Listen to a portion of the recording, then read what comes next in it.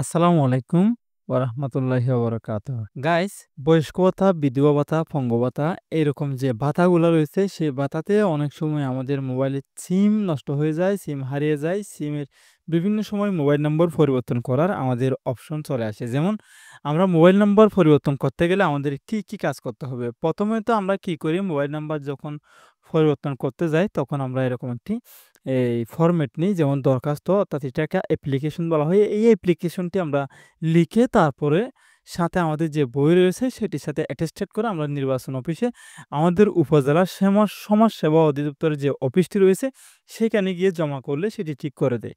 তো গাইস, আমি আপনাদেরকে একটি ফরম্যাট দেখাচ্ছি। মোবাইল হিসাব নম্বর পরিবর্তনের আবেদন ফর্ম। প্রথমে লেখা রয়েছে বরাবর সমাজসেবা অফিস, উপজেলা, শহর সমাজসেবা অফিসার। ঠিক আছে? তারপরে যে নিচে দাগটি রয়েছে, এই দাগটির মধ্যে আপনারা ঠিকানাটি লিখে দিবেন। ঠিক আছে? তারপরে এখানে দেখতে পাচ্ছেন বিষয়, মোবাইল হিসাব নম্বর পরিবর্তনের আবেদন। ঠিক আছে? তারপর আপনারা দেখতে পাচ্ছেন যথাবিহিত সম্মানপূর্বক নিবেদন। এই যে আমি একজন বয়স্ক বিধবা, আপনি যদি বয়স্ক হন অথবা বিধবা হন অথবা প্রতিবন্ধী হন, সেখানের উপর একটা এভাবে করে টিক চিহ্ন দিয়ে দিবেন। ঠিক আছে? তারপর আমার বর্তমান মোবাইল হিসাব নম্বর পরিবর্তন করতে ইচ্ছুক।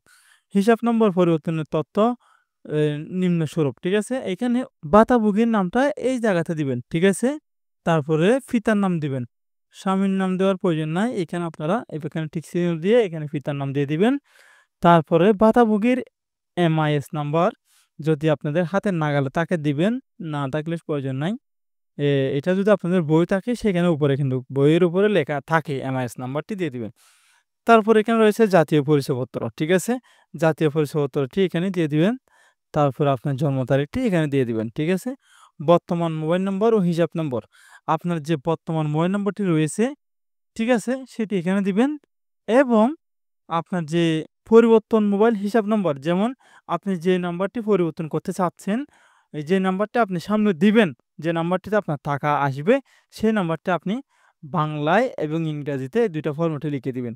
তারপরে মোবাইল হিসাব পরিবর্তনের কারণ, কেন আপনি মোবাইল নম্বরটি পরিবর্তন করতে চাচ্ছেন, ঠিক আছে? হিসাব নম্বরটি পরিবর্তন করতে চাচ্ছেন।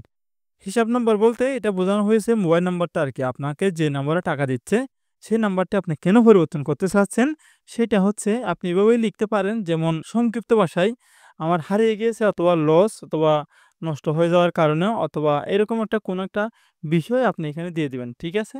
তো এখন এখানে দেখুন প্রত্যয়নকারী ইউনিয়ন চেয়ারম্যান এবং সদস্য এর স্বাক্ষরশীল। ঠিক আছে? আমরা এখানে চেয়ারম্যানের নিতে পারি অথবা এলাকার যে মেম্বার রয়েছে তারও আমরা নিতে পারবো। ঠিক আছে? একটা স্বাক্ষর নিতে হবে। তারপর ভাতাভোগী স্বাক্ষর। এই জায়গাতে যিনি ভাতাভোগী রয়েছে তার একটা স্বাক্ষর নিবেন। তারপরে সমাজসেবা অধিদপ্তরের এই কাজগুলা রয়েছে, বাকি যে কাজগুলো রয়েছে এগুলো আপনাদের না করলেও সমস্যা নেই। এগুলা সেখানে তারা যারা সমাজসেবা অধিদপ্তরের রয়েছে তারা করে নিবে। ঠিক আছে? আশা করি আপনারা বুঝতে পারছেন। এই ফরম্যাটটি আমি পিডিএফ ফাইল আকারে আপনাদেরকে দিয়ে দেব। আপনাদের যে ভিডিও ডেসক্রিপশন বক্স রয়েছে আমার এই চ্যানেলের, আমার এই ভিডিও ডেসক্রিপশন বক্স রয়েছে সেখানে আমি এই ফরম্যাটটি দিয়ে দেব। ডাউনলোড করে নিয়ে আপনারা এটি কাজ করতে পারবেন। ঠিক আছে? পরিশেষে আমাদের এই ছোট্ট চ্যানেলটি সাবস্ক্রাইব করবেন।